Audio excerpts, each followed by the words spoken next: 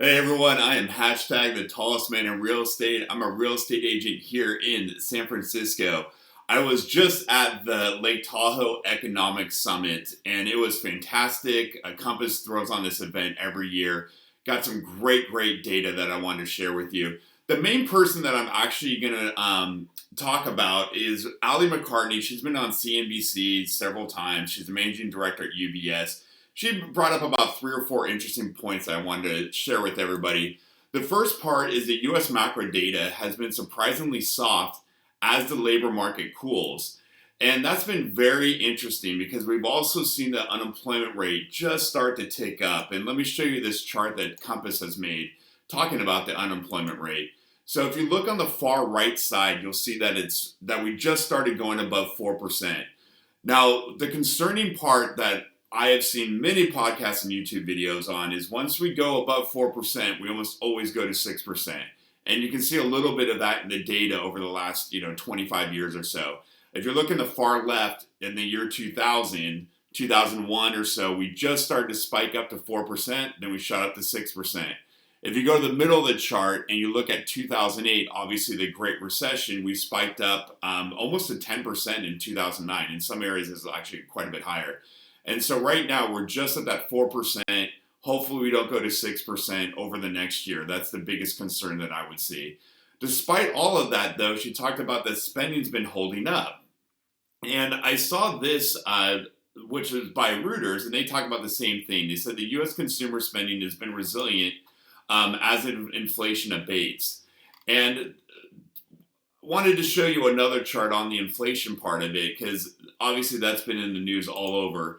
And this talks about the CPI here. So let's see what we have here in terms of CPI.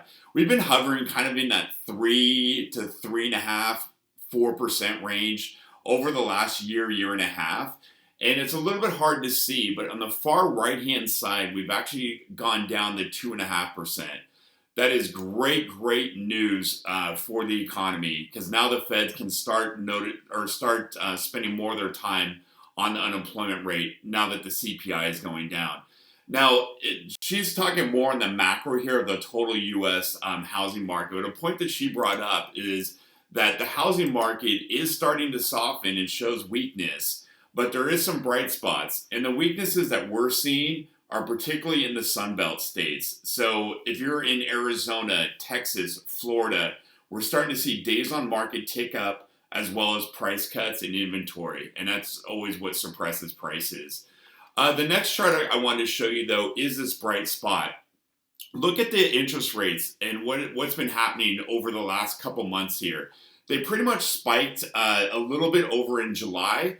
And then now we're in that 6% to 6.25% range. That's the lowest we've seen in 2 years. So what me and my colleagues are now seeing is we're starting to see a lot of new buyers coming out and a lot of new sellers saying, you know what, interest rates are coming down. Maybe it's a good time for me to actually sell my property and then buy a new one.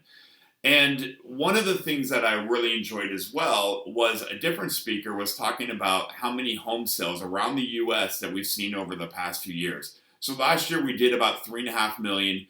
He says we're a little bit lower than that in terms of where we're at right now, but we should end the year at about 3.5 million again. And a lot of that is because of the interest rates. Now, the down part about that, or the negative part about that, is we haven't seen that low of home sales since 1995. So, and obviously a lot less homes were there. So as a realtor, it's just been not as much fun, I would say, over the last few years. But the bright spot is next year is saying that we should hit 4 to 4.5 million. The year after that, going into 2026, we should hit between 5 and 6 million. So if you look at this chart here, now this is a 12-month rolling average, but at 5 to 6 million home sales, that's basically where we were during that pandemic boom. So that is great news for all of us in the real estate industry. I am hashtag the tallest man in real estate. If you have any friends in the Bay Area that need some help or around the country, I've got great Compass realtors all over the place I can introduce you to. All right, hope that helps, and leave me a message and comments if there's anything I can help you with. All right, bye-bye.